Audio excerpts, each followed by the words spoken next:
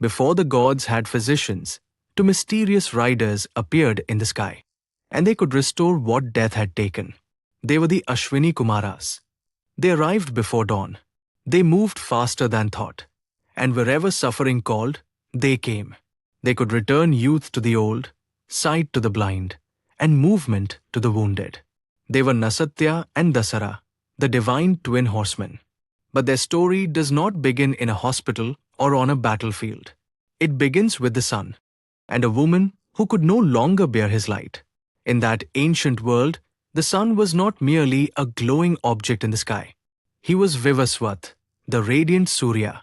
Beside him was Sanjna, daughter of Vishwakarma, the divine craftsman, associated with swiftness, movement, and the threshold of dawn. But Surya's radiance was so intense that Sanjna could no longer remain beside him. And here, the traditions begin to differ. In the later Puranic tradition, Sanjna creates a shadow of herself. Chhaya leaves her in her place and departs. She withdraws into the forest, performs austerities, and eventually takes the form of a mare. The sun does not immediately realize that the woman beside him is no longer Sanjana. Chhaya resembled Sanjana, but she was not Sanjana. In the Puranic versions, Chhaya favors her own children and curses Yam, the son of Sanjana. Surya realizes something is wrong. A true mother would not curse her own child. He confronts Chhaya, and the truth emerges. Sanjana has gone. Surya searches for her and finds her in the region of the northern Kurus. She is living as a solitary mare in deep austerity. But he cannot approach her in his usual form. His brilliance is precisely what drove her away. So in the story, preserved by later tradition, Surya takes another form. He becomes a stallion. The two meet in equine form. And from this union are born two divine beings, the Ashvins, Nasatya and Dasra. The Markandeya Purana and other texts preserve this story, though the details of the birth vary. But here is something important. The Ashvins did not first appear in the Puranas.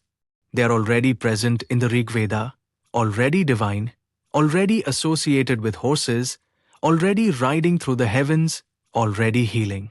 The later birth story gives mythology to an identity the older Vedic hymns already celebrated. That distinction matters because Ashwini's roots reach far deeper than a single narrative. So who were these twins? They are youthful divine horsemen. Their chariot is swifter than thought. They belong to the threshold between darkness and light. And their identity as healers is demonstrated through action. They rescue Bhuju from the sea, carrying him safely home. They restore Vishpala, giving her an iron leg so she can move again. They restore the aged sage Javana to youth. They restore sight to the afflicted. Again and again, the pattern repeats. Something is broken. Someone is suffering. And the Ashwins arrive. They repair. They rescue. They bring the lost home. Not speed alone. Restoration. But their closeness to mortals becomes a problem. In some Brahmanical traditions, the other gods question whether the Ashwins should receive Soma, the sacred drink, because they spend so much time helping humans. Their healing of Chavana becomes connected with their eventual acceptance. The very quality that made them different, their willingness to help mortals, becomes the reason they are eventually needed and honored. When do the Ashwins appear? The darkness has not fully gone. The sun has not yet risen. And then they arrive. They're not merely fast because horses are fast. Their speed has a purpose. They arrive in time. Now we can speak of Ashwini Nakshatra. It is the first of the 27 Nakshatras, occupying 0 degrees to 13 digventi of Aries in the sidereal zodiac. Its presiding deities are the Ashvins. Its symbol is the horse's head. Its planetary ruler is Ketu. Why does the zodiac begin here? Because Ashwini carries the imagery of arrival, initiation, movement, intervention, restoration. The first step happens quickly. Before the mind has finished calculating, the body has already moved. Before everyone else understands the emergency, someone is already running toward it. That is Ashwini. When this mythology becomes an astrological archetype, the deeper question is not are you fast? But what do you do with your speed? An Ashwini-influenced person may rush to help, start things before others, respond quickly in crisis, find practical solutions, hate stagnation, and feel an instinctive need to make something better. They may be drawn to healing, emergency response, travel, innovation, anywhere immediate action matters.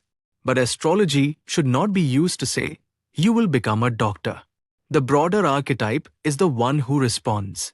Every archetype has a shadow. Speed can save, but speed can also create mistakes. The person who always wants to fix the problem may sometimes try to fix what was never theirs to fix. The person who acts immediately may act before understanding. The person who loves beginnings may become impatient with endings. The shadow of Ashwini is not weakness. It is impatience born from excessive speed. So the lesson is not simply be fast. It is know when to move. Speed without awareness becomes impulsiveness. Speed with awareness becomes responsiveness. The Ashwins do not simply move quickly. They move towards suffering. They cross impossible distances.